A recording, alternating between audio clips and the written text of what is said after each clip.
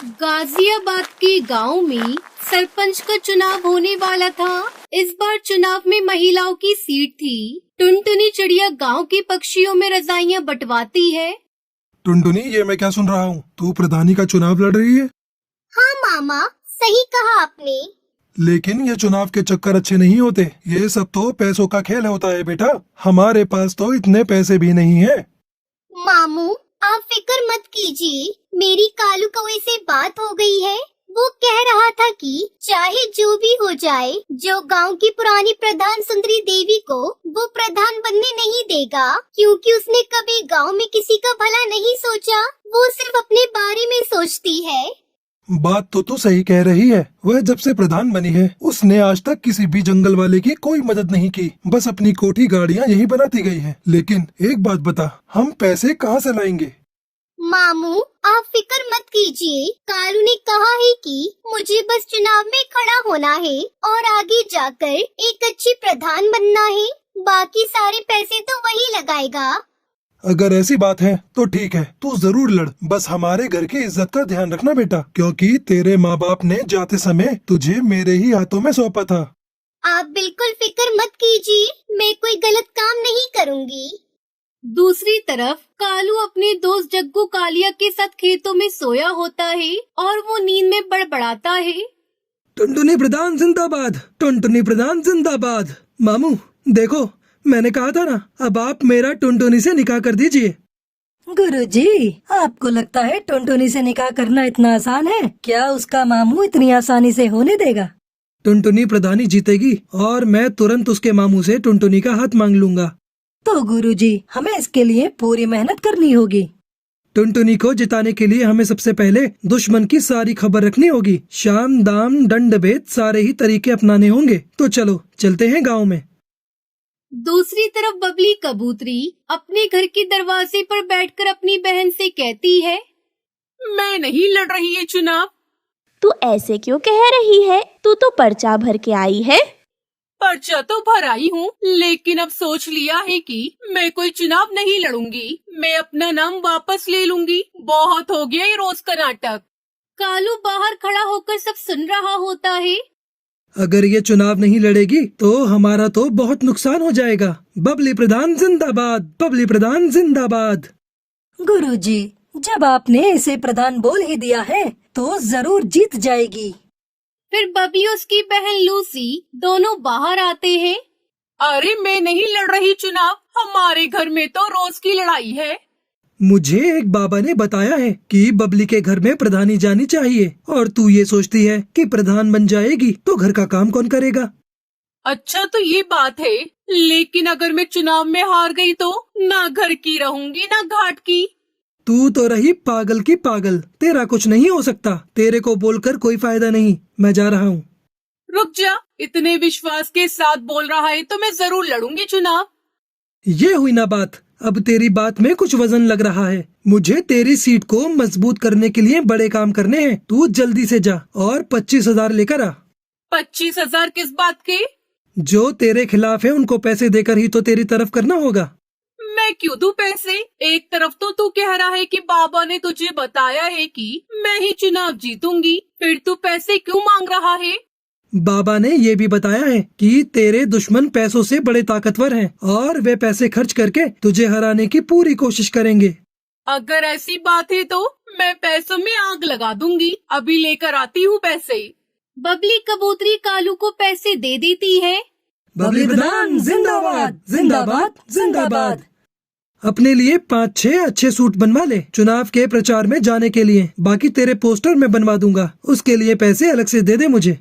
अलग से कैसे पैसे? 25,000 की जगह 30,000 दिए हैं। ठीक है, पोस्टर के खर्चे का बाद में देख लेंगे। अब मुझे बहुत काम करना है, जाने दो। बबली प्रधान जिंदाबाद, जिंदाबाद, जिंदाबाद। बबली प्रधान जिंदाबाद करते हुए वो वहाँ से आगे निकल पड़ता है। कालू पूरा माहौल बना देगा, तुझे प्रधान भी बनवा देगा। गुरुजी, कमाल हो गया। 1 मिनट में 30,000। चलो सुंदरी प्रधान के घर। सुंदरी प्रधान जिंदाबाद, जिंदाबाद, जिंदाबाद। सुंदरी प्रधान जिंदाबाद। सुंदरी प्रधान जिंदाबाद करते हुए वो दोनों सुंदरी प्रधान के घर पहुंच जाते हैं। मेरे टक्कर का इस पूरे गांव में कोई नहीं है। प्रधानी का चुनाव तो मैं ही जीतूंगी। हाँ सुंदरी प्रधान, तुम बिल्कुल ही सही कह रही हो, तुम ही जीतोगी। मैं तो स्कूल में खड़ा होकर सारे वोट तुम्हारे ही नाम पर डलवाऊंगा। मेरा बस चले तो सबको भगाकर खुद ही तुम्हारे नाम पर वोट डाल दूं। कालू, तू याद रखना मुझे। इसमें याद वाली क्या बात है? मेरे दादा परदादा, इसके दादा परदादा सब हमेशा से ही तेरे साथ हैं। बस कालू, तूने कह दिया तेरा साथ है तो आधा चुनाव तो मैं अभी जीत गई। अब तू एक काम कर, थोड़े कंबल ले जा और गांव में बंटवा दे।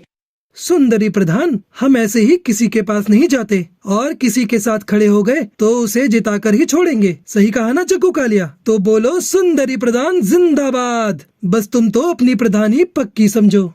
वैसे तो मुझे खुद पर पूरा विश्वास है। अब तुमने कह दिया तो विश्वास और पक्का हो गया। अरे हम जो बताने आए थे वो तो भूल ही गए। मेरे पास बबली आई थी नोटों की थैली लेकर। हमने वो पैसे नहीं लिए। जब उसको वोट ही नहीं देना है तो थैली क्यों लेना है? अच्छा किया।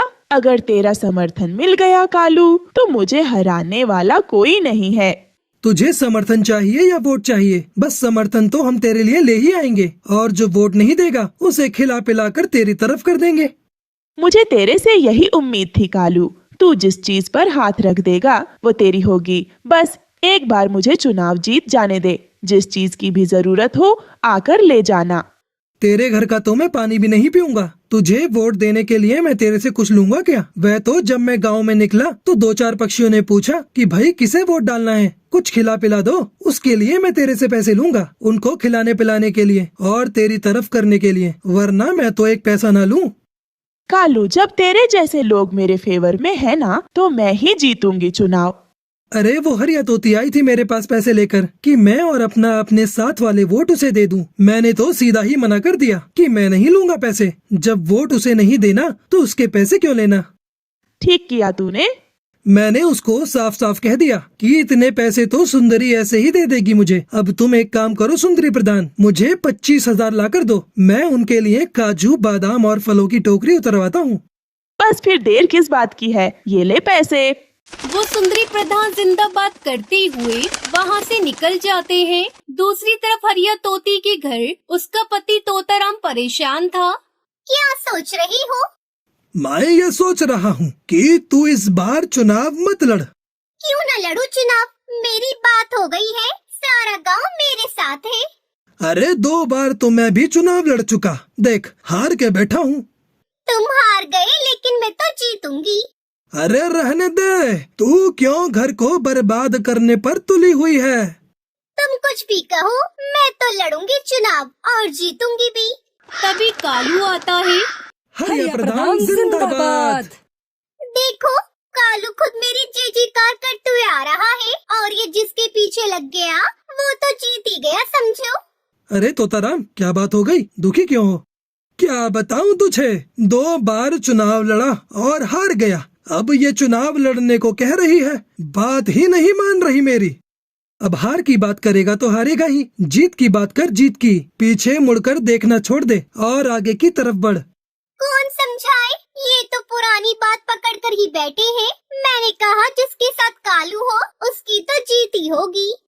अब तुम्हें क्या बताऊं, 3 बार आ गए मेरे घर पर 30,000 40,000 लेकर। कह रहे थे कि तुम बस चुनाव जितवा दो, पैसे चाहे कितने भी लग जाएं। तूने किसी को हाँ तो नहीं करी?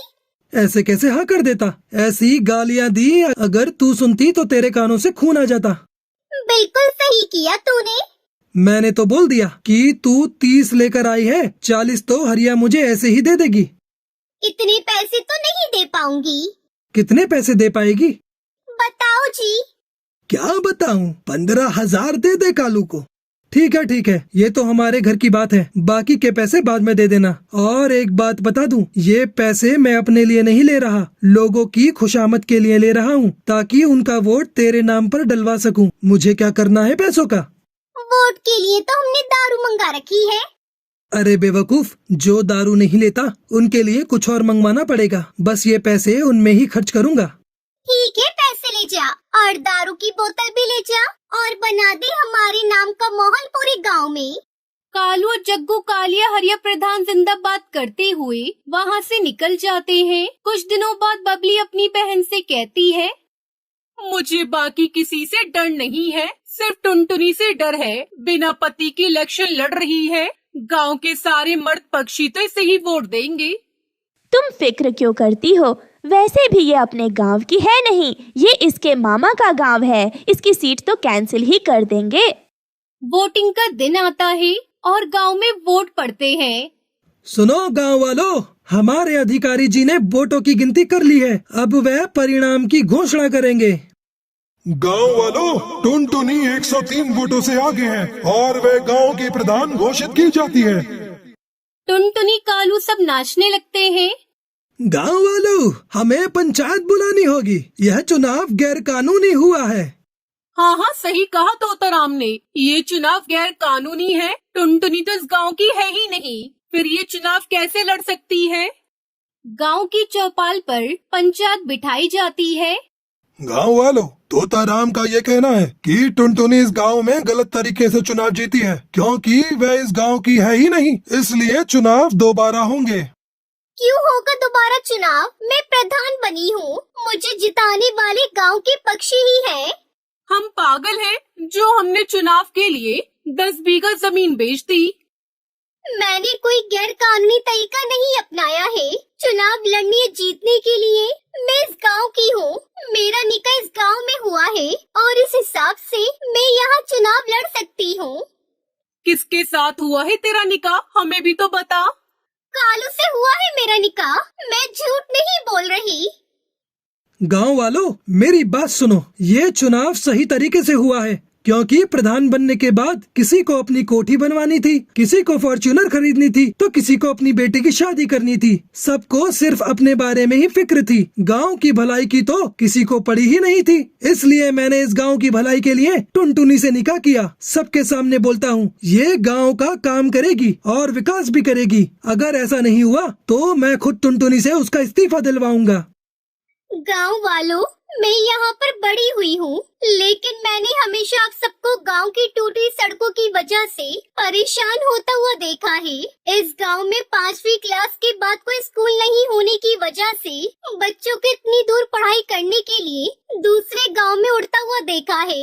मेरे मामू मुझे पढ़ाना चाहते थे, लेकिन हमारे गांव में कोई स्कूल नहीं था, जिस वजह से मैं आगे नहीं पढ़ पाई। और मैं नहीं चाहती कि हमारे गांव की आगे आने वाली पीढ़ी कम पढ़ी लिखी हो, खास तौर पर चिड़ियाएं, जिन्हें आप सब आगे की पढ़ाई के लिए दूसरे गांव नहीं भेजते। गांव के सभी पक्षी कालू और टुनटुनी के लिए ताली बजाने लगते हैं और इस तरह टुनटुनी चिड़िया जंगल के प्रधान बन जाती है और कालू की टुनटुनी से शादी हो जाती है।